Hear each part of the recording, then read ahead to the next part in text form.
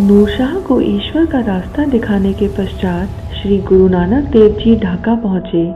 वहाँ पर एक जमींदार रहता था जिसका काम दिन में लोगों को लूटना और रात में चोरी करना था। लूट और चोरी कर कर उसने बहुत धन कमाया। धनी व्यक्ति होने के कारण उसके पास काफी नौकर थे, परंतु उनका असली काम चोरी और डकैती था जिसे वह जमींदार के लिए करते थे।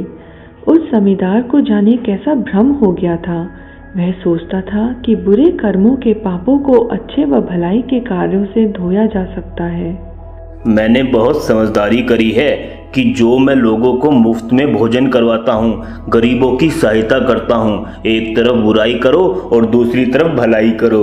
बुरे कर्मों के पाप अच्छे कर्मों से धुल जाएंगे।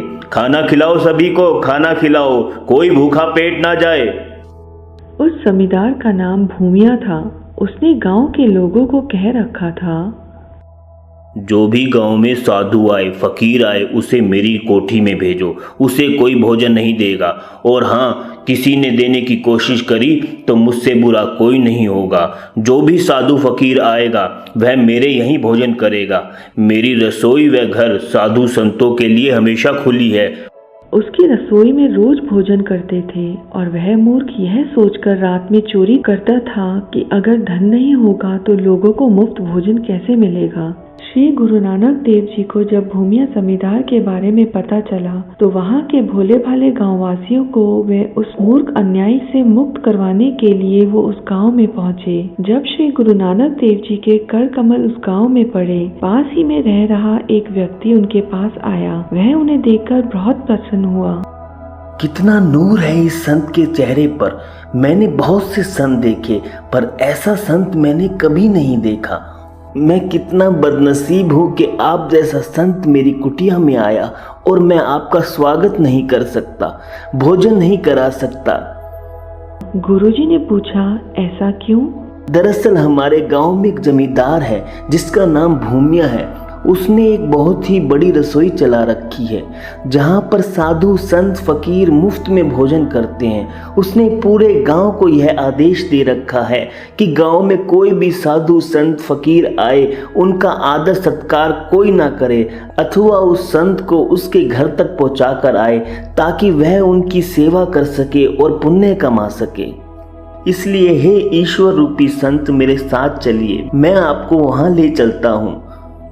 थोड़ी देर के पश्चात वह भूमिया की रसोई में पहुंच गए। वह व्यक्ति उन्हें वहां छोड़कर वापस चला गया। भूमिया गुरुजी के नूरानी रूप को देखकर बहुत प्रसन्न हुआ। उसने उन्हें आदर सत्कार के साथ एक शानदार कमरे में बिठाया। गुरुवर, भोजन तैयार है, आप भोजन कर लीजिए।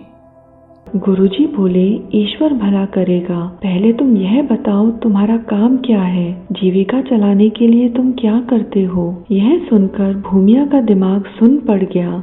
मेरा काम क्या है? अगर मैं इस सिद्ध पुरुष को यह बता दूं कि मेरा काम चोरी का है तो यह अच्छा नहीं होगा। अगर मैं इनसे झूठ बोलता हूं तो मेरा झूठ पकड़ा जाएगा, क्योंकि इनके चेहरे के तेज से यह मालूम होता है कि ये सब जानते हैं। और यह भी हो सकता है कि मेरे काले कारनामों के बारे में इन्हें किसी ने पहले से ही बता दिया हो। और ऊपर से मैं झूठ बोलता हूँ तो मुझे इनके सामने शर्मिंदा होना पड़ेगा। मैं क्या करूँ? कैसे झूठ बोलूँ? कैसे इन्हें अपना परिचय दूँ? गुरु नानक देव जी अपने कृपालु आंखों से उसे देखे जा रहे थे। गुरुजी को देख उसका मन विभोर हो रहा था। इस कश्मकश में उसका दिमाग झंझोड़ कर रख दिया, और जिस तरह से दूध मथने से मक्खन आता है, उसी तरह से उसके मुंह से सच निकल गया। ओ कृपा पात्र संत, मेरा पेशा अच्छा नहीं है। मैं आपसे सच कहने से कतरा रहा था, पर सच यह है, मैं दिन में लोगों को लूटता हूँ और रात में चोरी करता हूँ। हाँ, पर यह बात भी सच है कि मैं लूट का धन अच्छे कार्यों के लिए भी इस्तेमाल करता हूँ। मुफ्त रसोई चला रहा हूँ। यहाँ साधु संत कभी भी आकर मुफ्त में भोजन कर सकते हैं, और अत्यंत गरीब लोगों की आर्थिक सहायता भी करता हूँ। सभी साधु संत मुझे आशीर्वाद देकर जाते हैं और कहते हैं, तुम बहुत दयालु हो। गुरुजी मुस्कुराए और बोले, ईश्वर भला करेगा, तुमने सच बताया। आज तक किसी ने मुझसे मेरे बारे में पूछने का साहस नहीं किया, ना ही मैंने अपने बारे में किसी को बताया। पता नहीं आपकी आंखों में ऐसा क्या था, मेरी जुबान आपको देखकर लड़खड़ाने लगी और मैं आपसे झूठ नहीं बोल पाया। अब आप आएं और भोजन करें। गुरुजी बोले, जब तुमने खुद ही बताया है कि तुम्हारा काम अच्छा नहीं है तो मैं तुम्हारा भोजन कैसे कर सकता हूँ? अगर मैं लूट का धन अच्छे कार्यों में लगा रहा हूँ तब भी वह गलत है।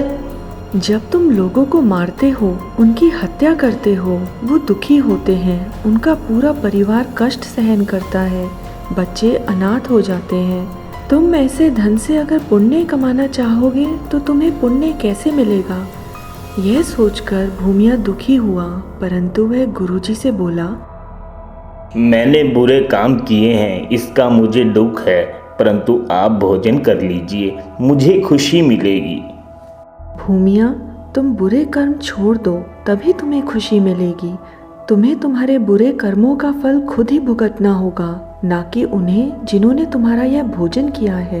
भूमिया ने थोड़ी देर सोचा और बोला, आप महान संत हैं, मैं आपके सामने झूठ नहीं बोल पाया, परंतु यह भी सच है जो आप कह रहे हैं वह मैं नहीं कर सकता। लूट मार चोरी मेरी खानदानी परंपरा है, मेरे बाप दादा यही करते आ रहे हैं, मैं इसे नहीं छोड़ सकता, परंतु लूट की कमाई मैं अच्छे कार्यों में जरूर लगाऊंगा। हे गुरुवर, अब आओ और भोजन कर लो। मेरे कुछ खेत हैं जहां मेरी कमाई से अन्न उगता है, मैं वहां से अन्न मंगवाता हूं और आपके लिए भोजन बनवाता हूं, आप भोजन करें। गुरुजी ने भाई मर्दाना की ओर देखा। भाई मर्दाना ने रबाब बजाया और गाया, ईश्वर एक है, उसका नाम सत्य है, वह सृष्टि का रचयिता है, वह किसी से नहीं डरता, वह मृत्यु और जन्म से परे है, वह स्वयं प्रकाश है, उसे आप सच्चे गुरु की दया के माध्यम से पा सकते हैं। वह भूतकाल में सत्य था, वर्तमान में सत्य है और भविष्य में भी सत्य रहेगा। गुरुवर, ऐसा प्रतीत होता है मानो आप सिर्फ सत्य के साथ हैं। मेरे अच्छे कर्मों को आपने नहीं सहराया, परंतु जब जब मैंने आपको सत्य बताया उसकी आपने तारीफ की। भूमिया, जिस तरह तुम खेत को जोतते हो और बीज बोते हो, उसी तरह से इंसान को अच्छे कर्मों से जुताई करनी पड़ती है और प्रभु के नाम को बोना पड़ता है। आप सही कह रहे हैं, हमें हमेशा सच बोलना चाहिए। दूसरा, अगर कोई हमसे सच बोले और हमें वह अच्छा ना लगे तो हमें उससे क्रोधित नहीं होना चाहिए। और तीसरा, ईश्वर ही सत्य है। अब गुरुवर बताएं मुझे क्या करना चाहिए? तुम्हें 3 काम करने चाहिए। पहला, सत्य बोलो।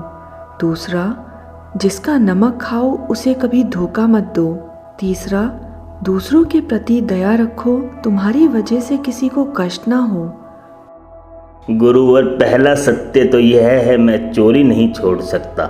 मैं कोशिश करूंगा, परंतु मुझे अपने आप पर विश्वास नहीं है, परंतु मैं सत्य बोलूंगा, दूसरों पर दया रखूंगा और जहां नमक खाऊंगा वहां कभी चोरी नहीं करूंगा। भूमिया को 3 सीख देकर गुरुजी वहां से चले गए। लेकिन बुरी आदत एकदम कैसे जा सकती है?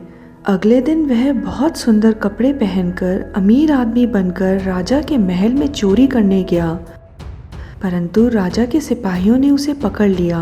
कौन हैं आप? सत्य बोलो। मैं चोर हूँ। लगता है श्रीमान नाराज हो गए हैं, इतने शानदार कपड़ों में चोर थोड़ी ना आएगा, बिना बात के दंड मिलेगा।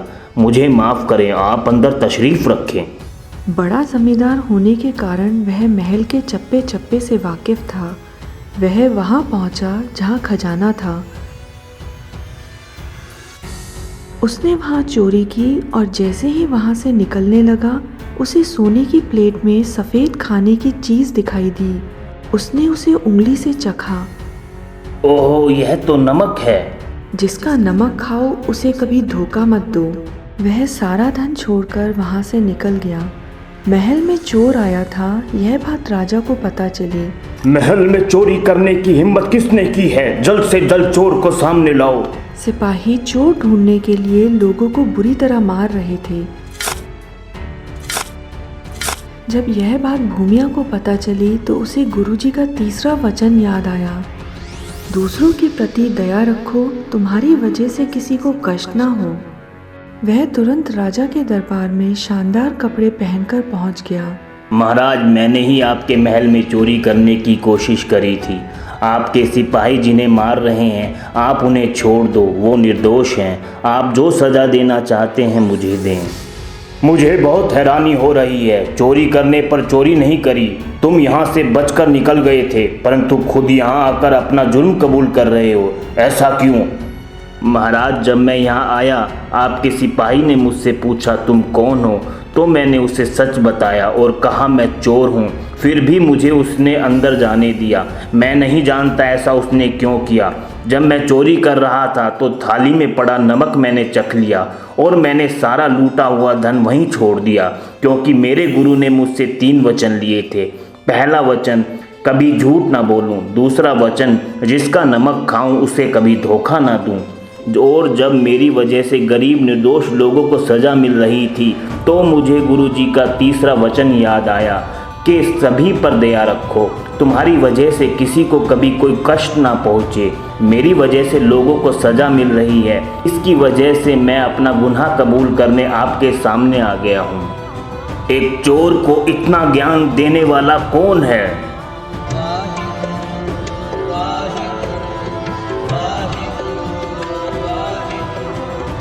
महाराज, उनका नाम श्री गुरु नानक देव जी हैं और वो पंजाब से हैं। वो कहाँ पर हैं? वो अब यहाँ से चले गए हैं। ओहो, मैं बहुत बदनसीब हूँ कि मैं ऐसे गुरु से नहीं मिल पाया। अब राजा को पता चल चुका था कि वह चोर ही जमींदार भूमिया है। उसने भूमिया को सज़ा नहीं दी, परंतु काफ़ी समय तक उस पर निगरानी रखी। वक्त के साथ भाई भूमिया संत बन गए और राजा ने उन्हें अपना गुरु बना लिया। राजा और भाई भूमिया ने एक गुरुद्वारा बनवाया जहां पाठ होने लगा और गरीबों के लिए लंगर लगाया जाने लगा। अगर आपको यह साखी पसंद आई तो हमारा चैनल ज़रूर सब्सक्राइब करें। हमें सपोर्ट करने के लिए ज्वाइन करें या डिस्क्रिप्शन में दी गई सपोर्ट ऑप्शंस को देखें। वीडियो को ज़्यादा से ज़्यादा लोगों में शेयर करें। सतनाम श्री वाहिगुरु।